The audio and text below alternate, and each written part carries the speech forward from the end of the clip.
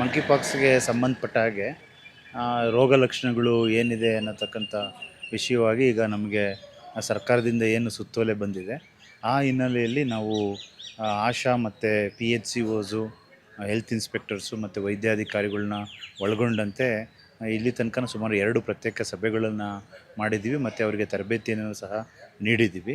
ಆ ಹಿನ್ನೆಲೆಯಲ್ಲಿ ಸಾರ್ವಜನಿಕವಾಗಿ ಲೋಕಲಿ ಮೀಡಿಯಾ ಮೂಲಕನೂ ಮತ್ತು both print and visual media ಮೂಲಕನೂ ನಾವು ಅವರಿಗೆ ಸೆನ್ಸಿಟೈಸ್ ಮಾಡಿದ್ದೀವಿ. ಇಲ್ಲಿ ತನಕನೂ ಮಂಕಿ ಪಾಕ್ಸ್ ಇರತಕ್ಕಂಥ ರೋಗ ಲಕ್ಷಣ ಇರತಕ್ಕಂಥ ಯಾವುದೇ ಪ್ರಕರಣಗಳಾಗಲಿ ಇನ್ನೊಂದಾಗಲಿ ನಮ್ಮ ಗಮನದಲ್ಲಿ ಇಲ್ಲ. ಅಂತ ಬಂದಂಥ ಸಂದರ್ಭಗಳಲ್ಲಿ ಸ್ಕ್ರೀನಿಂಗ್ ಮಾಡೋದು ಪ್ಲಸ್ ಟ್ರೀಟ್ಮೆಂಟ್ ಆಸ್ಪೆಕ್ಟ್ಸ್ಗಳನ್ನು ಎಲ್ಲ ಕ್ರಮವನ್ನು ಲಕ್ಷಣ ಏನು ಸರ್?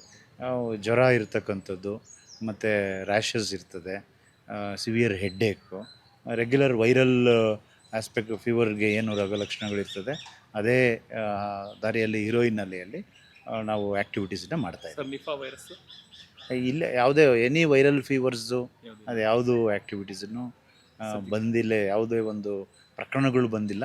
ಈ ಹಿನ್ನೆಲೆಯಲ್ಲಿ ನಾವು ಗಡಿಭಾಗಕ್ಕೆ ಹೊಂದ್ಕೊಂಡಿರ್ತಕ್ಕಂಥ ಎಚ್ ಡಿ ಕೋಟೆ ಇದರಲ್ಲಿ ಮತ್ತು ನೈಬರಿಂಗ್ ತಾಲೂಕುಗಳಲ್ಲೂ ನಾವು ಟಾಸ್ಕ್ ಫೋರ್ಸ್ನ ಇದು ಮಾಡಿ ಮೈಗ್ರೇಷನ್ ಪಾಪ್ಯುಲೇಷನ್ ಆ ಥರದವ್ರು ಇದ್ದವ್ರ ಮೇಲೆ ನಿಗಾ ಇಡಲಿಕ್ಕೆ ಕ್ರಮವನ್ನು ತಗೊಂಡಿದ್ದೀವಿ.